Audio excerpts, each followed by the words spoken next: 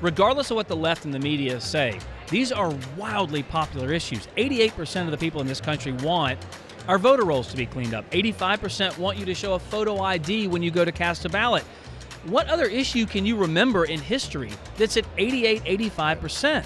So these issues are good policy, but they're also good politics.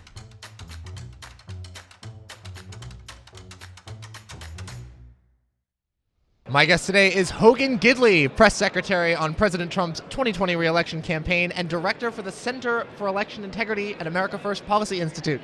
Hogan, thank you so much for joining us today. I really appreciate it. Thanks so much for the time. It's great to have you on the show.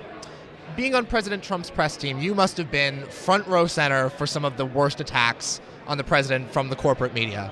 Tell us what that was like.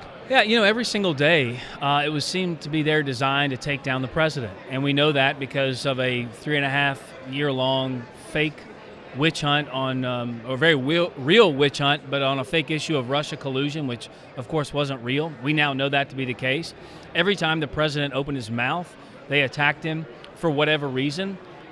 You compare and contrast that with what they're doing to Joe Biden, and they cover for everything he does and even promotes things that are hurting the American people. I mean, look, when Donald Trump was talking about the Wuhan lab leak theory, when he was talking about masks not working, when he was talking about what we did at Lafayette Park north of the White House there, or the Russian Bountygate thing on American troops, it turns out everything he was saying, they weren't conspiracy theories, they were spoiler alerts.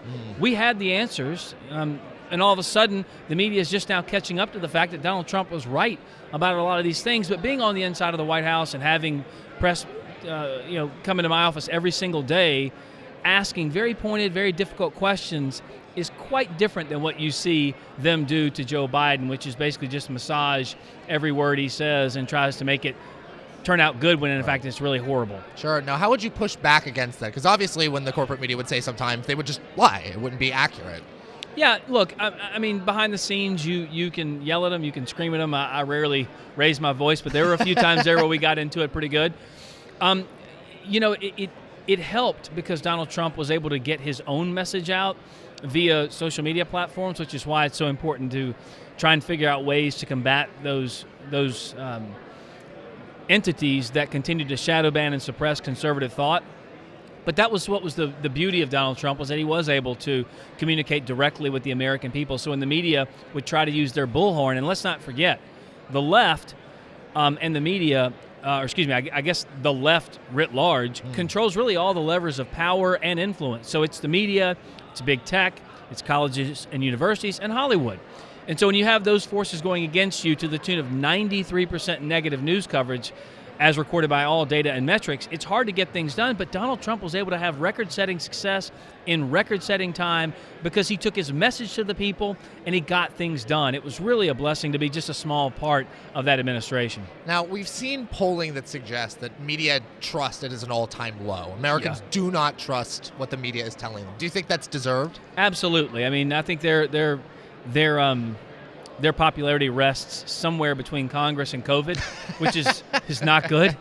And there's a reason for that. When you systematically erode trust and continue to bank on lies simply to push a narrative, there's no reason for the people to trust you. I remember in the interview we just kind of resurfaced with Donald Trump talking to Leslie Stahl at CBS about spying on his campaign, and you heard Leslie Stahl say, "Now, Mr. President, we're 60 Minutes. We can't put things on air that aren't true. We're 60 Minutes." The lack of self-awareness by Leslie Stahl and so many in the media is so appalling and outrageous. CBS was the same network that pushed out the lie about George W. Bush going AWOL with that typewriter they found out wasn't true. It's the same entity that ran stories about Donald Trump and collusion with Russia, including his children, including Jared, and everybody else in his family for 3.5 years to pretend as though you're so virtuous and have never run a story without ironclad sourcing, without knowing it's a fact, is absolutely a joke. And the American people know it. And quite frankly, I think they're sick and tired of it. It's why you see them leaving the mainstream sources of media and trying to find alternative sources, because they've got no credibility anymore. You mentioned alternative sources. Seeing as the media used to fill this role of truth keeper and giver of the truth, right, and they don't do that anymore, where should Americans be going?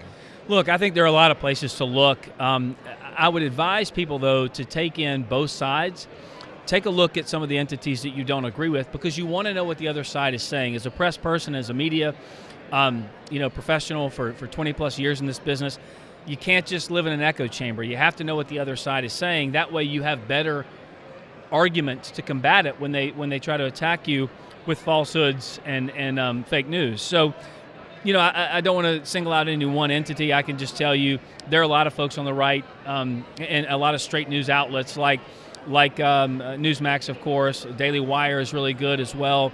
But pay attention to the ones that admit who they are.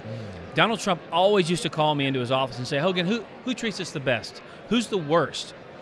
And he'd say, which of these entities are the worst? And I would always say it's the entities that tell you they are giving you news, when in fact it's all opinion. Those are the worst ones, because they're trying to indoctrinate the viewership.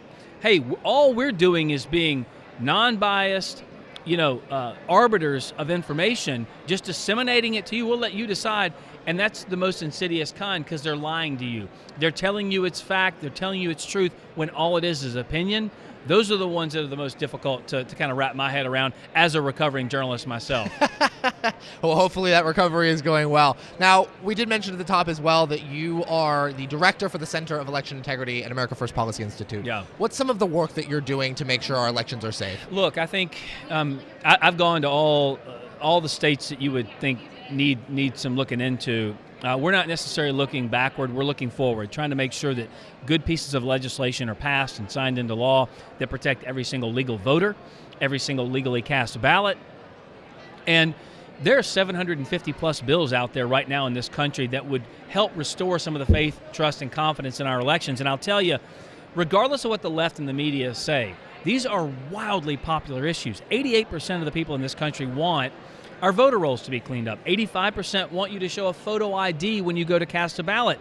What other issue can you remember in history that's at 88, 85%? So these issues are good policy, but they're also good politics. So trying to get them through legislatures has been interesting. A couple of battles we're facing where a conservative legislature will pass them. A Democrat governor comes along and vetoes them. Michigan and Wisconsin stand out. In those states, we've said, all right, fine, you want to play that game, we'll go right to the people. We're doing ballot initiatives, constitutional amendments. Once those pass, the governors can't do anything about it, regardless of who they are. And so that's important, because the people demand it. Lord knows they deserve it. So a lot of states have issues where someone will come out and say, an office holder will say, I'm for election integrity measures. The problem is they're not going that extra step to fix it, and here's why.